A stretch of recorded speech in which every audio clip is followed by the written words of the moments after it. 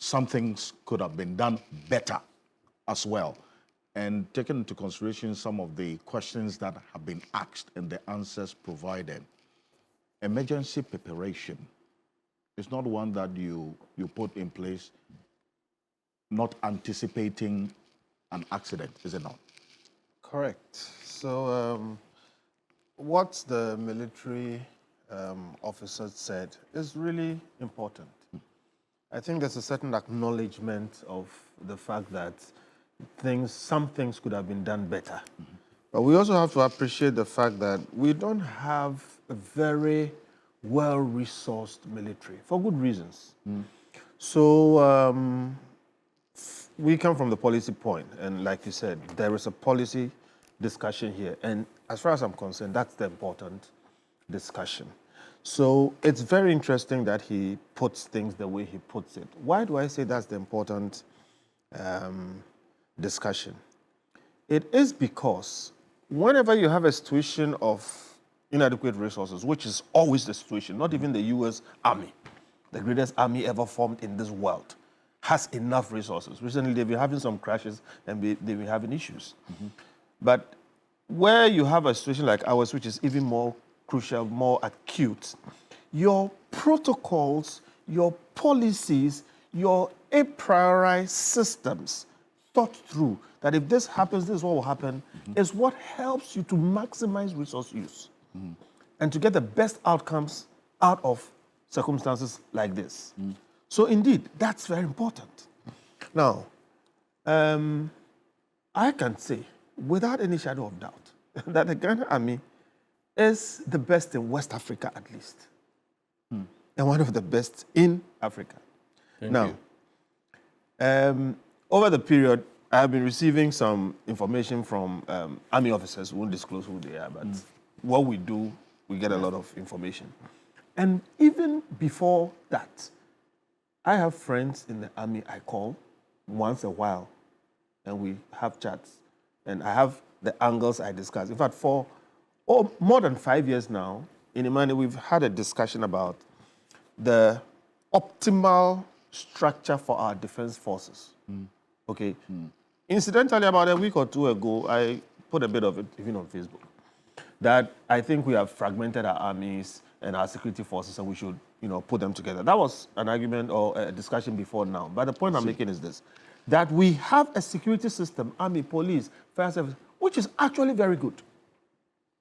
And that is very good under the circumstance that they are not as resourced as they should. All right? So all these things said, we will give them quite a bit of slack if things like this happen. But that is why we need to have the policy discussion. And this is the policy discussion. Every system, institution, but especially the army or the armed forces, have standard operating procedures. Yes. And these are policies that manifest in systems. And they are a priori. They are thought through, tested before the fact. And they are targeted at different scenarios. Right? Now, this is actually strategy. And it's applied in companies, it's applied in, but specifically in armies, it's applied.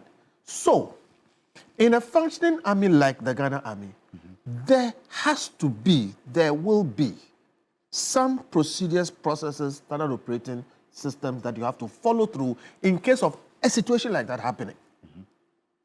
So, it is reasonable for us to ask these questions. And when you see things, when you have facts, lawyers call them ocular proof with your own eyes, you can't deny them. So we saw things. And that means we have to ask questions. It is not a denigration of anybody. Right? So when you put all these things together, let's put it this way. There are facts, and then there are policies and analysis. Okay. Now, the facts in a situation like this should not be discussed by the public as if they have been established, unless after an official investigation and a report. I repeat, the facts of the matter, we all saw some things. What happened, what didn't happen, when it happened, who was there, these are facts. We all know, we'll discuss them. Experts like Colonel here can go a bit far like he has gone because he knows things we don't know. Sure. But the rest of us can say, well, I saw somebody carrying this, I saw somebody, but you must not discuss them as if they are the final. You discuss them as, oh, I saw it and maybe it means 1 or 7 things. But they have to be ascertained through an official, properly done report. And the fact that it's a military does not matter in that instance because when it's done, aspects of it at least have to be made public. There's a reason why. So that's for facts. So all of us are conjecturing. Facts. But when it comes to policy, standard operating procedures and analysis, we can do some work. And where can we do some work? For instance, I can tell you here now, without even knowing all the military systems. By the way, when it happened, we at Imani, we tasked one of our gentlemen to study the whole thing, like local, international, and we did, and we found out a few things. But here, I speak just about some of the things that I think are reasonable to speak about. For instance, suggestions that this whole thing went perfectly or couldn't have been done better are not right. Nobody should suggest that from the crash to all the things that, nobody should suggest that, all right? Now, it is reasonable for us, ordinary mere mortals who don't know what the military does, it is reasonable for us to expect that a military aircraft flying within the land space of Ghana, if it ends up in a catastrophic failure, I'm not talking about radar going off. This was a crash. Yes. It is reasonable for you, me, Prof, Ima, even the experts, to say, if in Ghana, if an aircraft crashes anywhere, there should be almost immediate reflection of that somewhere. It's just reasonable. If it is not there, that's one thing. Yes. And those are the things that we come from the who come from the policy side. I say that if it is not there, then let's figure out, because if that happens, it's not unreasonable to say there must be some sort of, something must reflect somewhere. Yes. And it is reasonable for us to say, when there's a reflection or notice that there has been a catastrophic failure, a crash somewhere, we are not waiting for the 1 hour that he's talking about. He explained the certain process here. Yes. That is the normal thing when you don't know there has been a crash. But if that crash registered somewhere, it is reasonable to say there must be immediate or as immediate as possible reaction. Yes. And those reactions must follow a standard operating procedure, some policy which has been designed, tested before the fact. Right. That's reasonable. Because the 1 hour is the explanation of if when it goes off the radar. No, yes. And then, yes. It doesn't mean it's a crash. It's a yes. crash. But what we are saying is that if there's a crash, happens, it should be immediate. It should reflect somewhere. It should reflect somewhere. We can't have a functioning state and say we are going to fly military aircraft or any other kind of aircraft within the land space of Ghana and not build the systems that make sure that a catastrophic failure will reflect. That we must do. If we don't have it now, we should go there.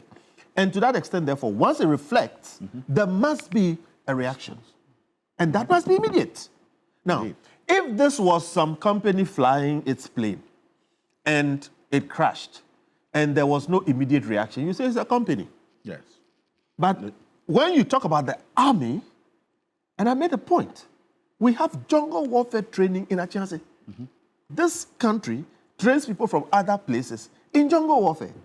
And one of my colleagues was making the point that, look, I mean, again, like I said, we have a very good army. But if for any reason some insurgents pop up in some forest somewhere, and something catastrophic is happening there within the land space of Ghana, and we are not able to mobilize our army in an hour to go there, then we need to do some reshuffling.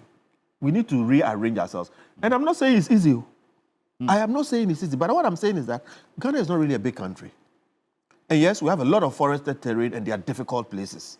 But I think, and this is just me thinking, that within the space of 60 minutes, whether flying from Accra or Takrady or Kumasi or Boku, you know, it should be possible to reach any place. It's just a policy guy thinking within an hour, because an hour is a long time to do a lot of things. Indeed. Okay? Indeed. And we know in the sub-region, if you study the security system, that look at the Zambezi forest. These people like operating from some of these places. Okay, so this is just the policy wing of things. And you know what? When we wake up, we go about our work and we go to bed, some of us assume that these things are already in place. So once a while, when some of these things happen, then we see that, hey, we may have problems. So again, to the things that we saw, and by the way, if they couldn't get there in an hour, there could be a number of reasons. These are facts that the investigation will show. But we saw that the locals got there, okay, but at the time, you had locals there, you had security elements there from various places. And the worrying aspect which we saw was that in the face of some of the security people, you could see ordinary people, not uniform, etc., carrying away pieces of whatever. And my point is, you know, if you didn't get there early, that's fine. But when you get there, again, I am thinking there must be a certain standard operating procedure that says secure the space first. So it was worrying that you could see security people standing there, and people were cutting off pieces.